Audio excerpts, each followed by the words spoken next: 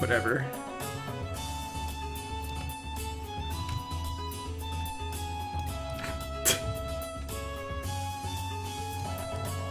Good enough for me! Alright, let's give a review here. Spoiler free. There were some minor mechanical spoilers, but other than that, nothing else, so I would say yes, we made it through spoiler free. I don't know that there was too much to really spoil in that game, to be completely honest. Alright, so the music rating in this game. I didn't mind the music. I really liked it, actually. Some of it. Again, it suffers from the same thing Dark Cloud did. Some of the music just plays too much. You're in the dungeons for too long. You're in other areas for just way too long. But it was better than what Dark Cloud 1 music was. And some of it I definitely put on a playlist, and that's what I really rate stuff by. When you're, like, pushing, like, having like 10 to 15 songs that I'd put on a playlist, that's a pretty good OST. And you're pushing like level 6 or level 7 status there for me. But I still did like some of the other Dark Cloud music, so it'd be about a 7, 7.5 for me. I'm gonna keep it as a 7. Yes, the music just looped way too frequently. But I did like some of it. Just like I did Dark Cloud. Graphics for the era. Okay, so this is also a PS2 game. Definitely had way better graphics than what the first one did. Way better graphics. And I really did like the cell shading. The huge hands was a little bit off-putting and weird, but the dungeon layouts and designs and stuff like that were really, really well done. I did enjoy the fact that they looked so good and were interesting, but they just went on for way too long. Way too long. So, we'll give that a 7 as well. Story rating. Okay, the story wasn't bad, it just... I don't know, maybe this is just me complaining.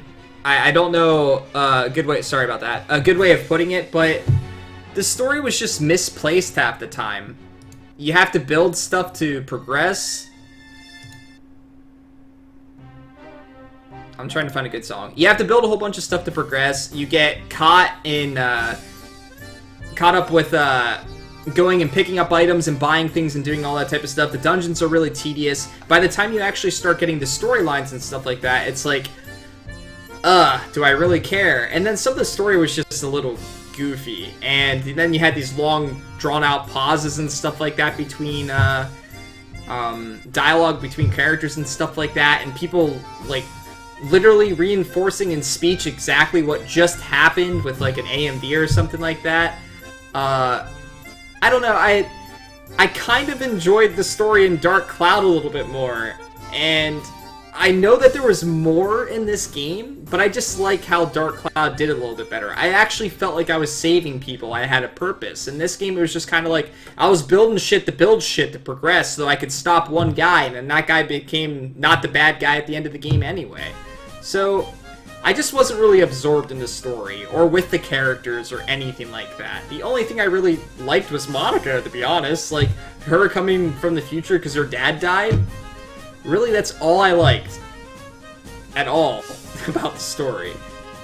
And maybe that's just me, like I said. And the end game just felt so out of place. The story just felt so out of place to me. I don't know why. I guess I was supposed to feel bad. I was supposed to feel something for Cyrus and stuff like that, and I did. It was there. I mean, he's a cute little rabbit, and he had a bunch of evil inside him and shit, but other than that, I don't know. I didn't feel anything towards this game when it came to this story. It just felt so misplaced for me. So, I'm gonna give that a 6.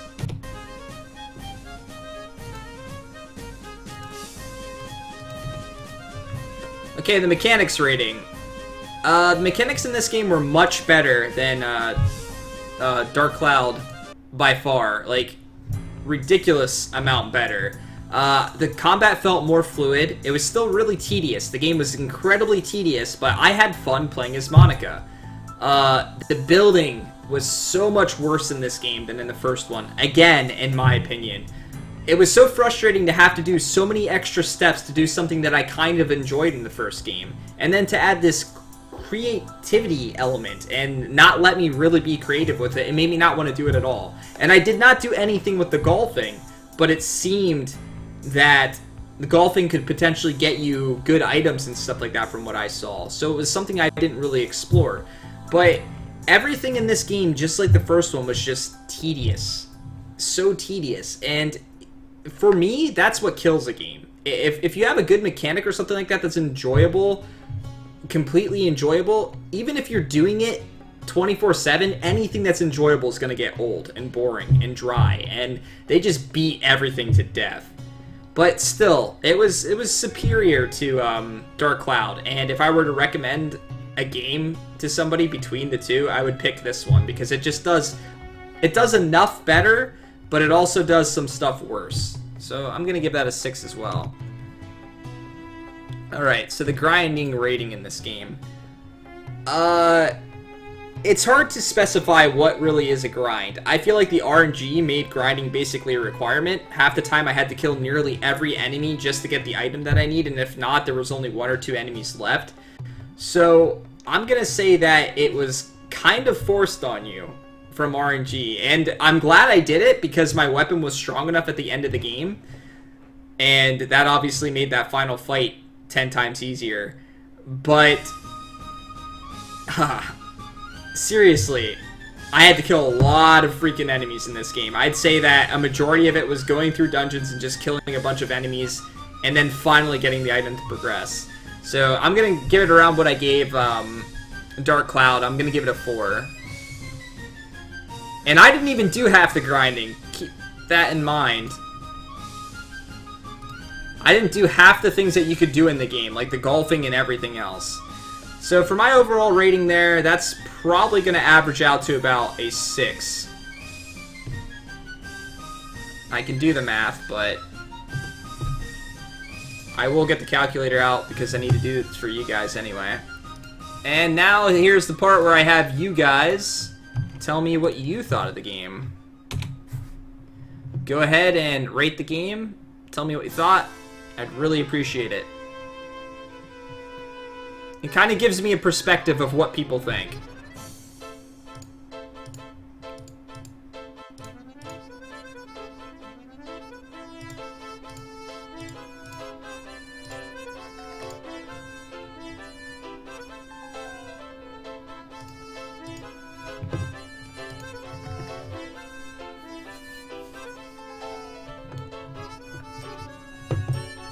Yeah, I wouldn't be surprised if the game ends up like between a 7 and an 8 with you guys, because like I said, I don't really enjoy games like this so much, but it still got me to enjoy some aspects of it, which surprised me. I didn't expect to enjoy some of the aspects that I did.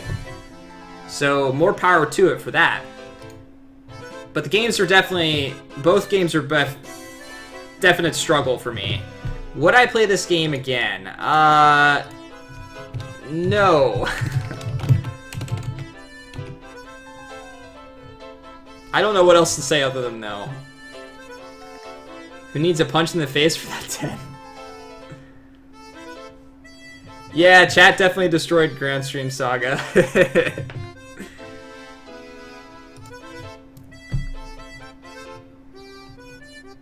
Well, someone gave it a 10.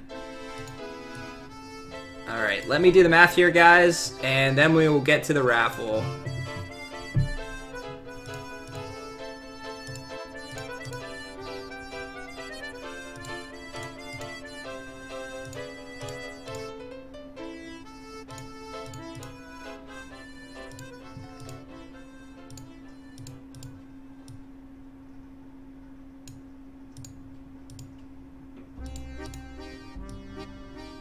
Someone gave it a 3.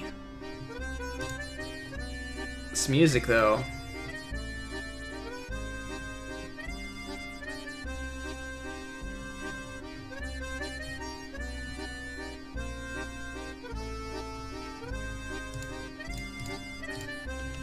Alright, looks like you guys all together was about a 6.7, and that obviously rounds up to a 7.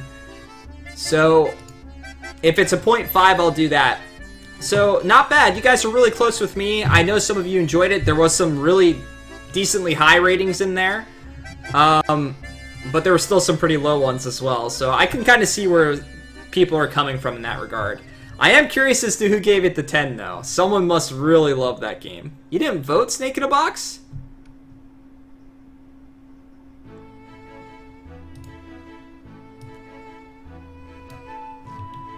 Alright, guys. It's time to start the raffle.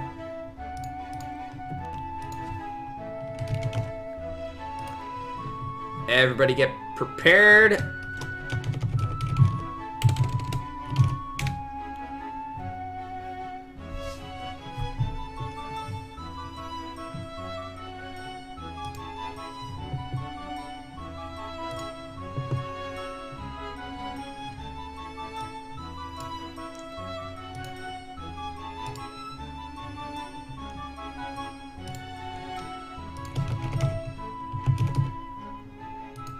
Alright guys, again, just like it says, everyone type in the word raffle.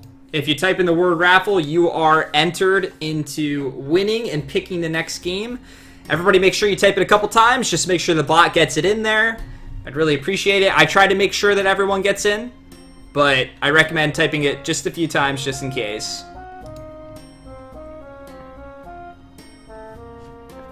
It's always good to play it safe.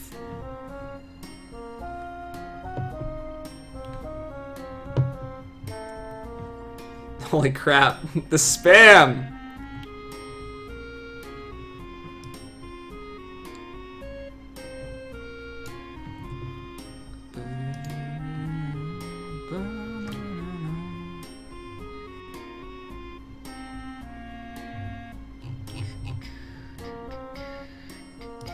We'll let it go for a little bit.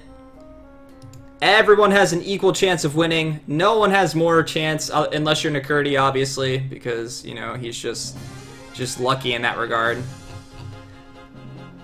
We'll let it go for another minute or so. Again, if people don't know what I'm doing here, this is the Grand JRPG Tour. It is my goal to beat every single JRPG, and to do that, at the end of a game, I have a raffle. If you win the raffle, you get to pick the next game that I play. It's as simple as that, and that's how we're going to keep deciding what games are next and so on. In the meantime, I will fill this out. It is the 13th of July. And this game took us, what was it? 33 hours, 39 minutes, and 39 seconds.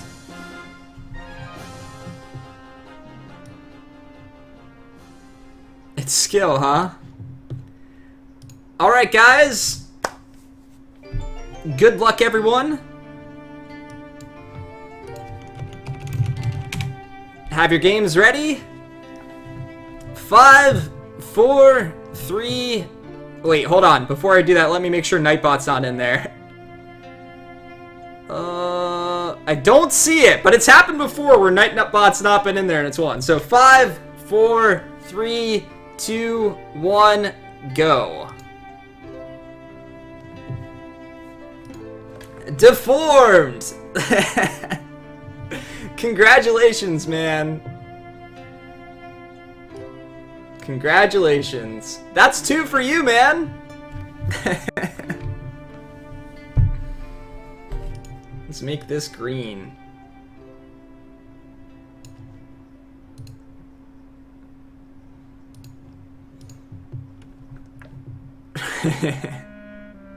Why is it always rigged? Feels Jeff, man. Not even Nakurti can defeat you? Yeah? Well, you've both won quite a few at this point in comparison to other people. Alright. So what are we playing, Deformed?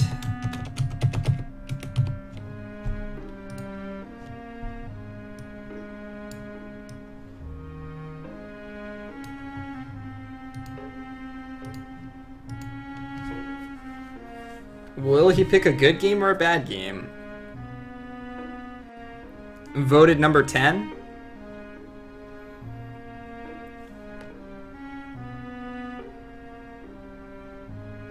Mario and Luigi Bowser's Inside Story. Who typed rig?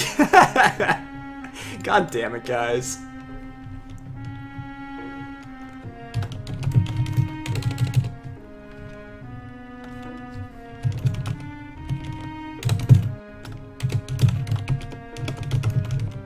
Oops.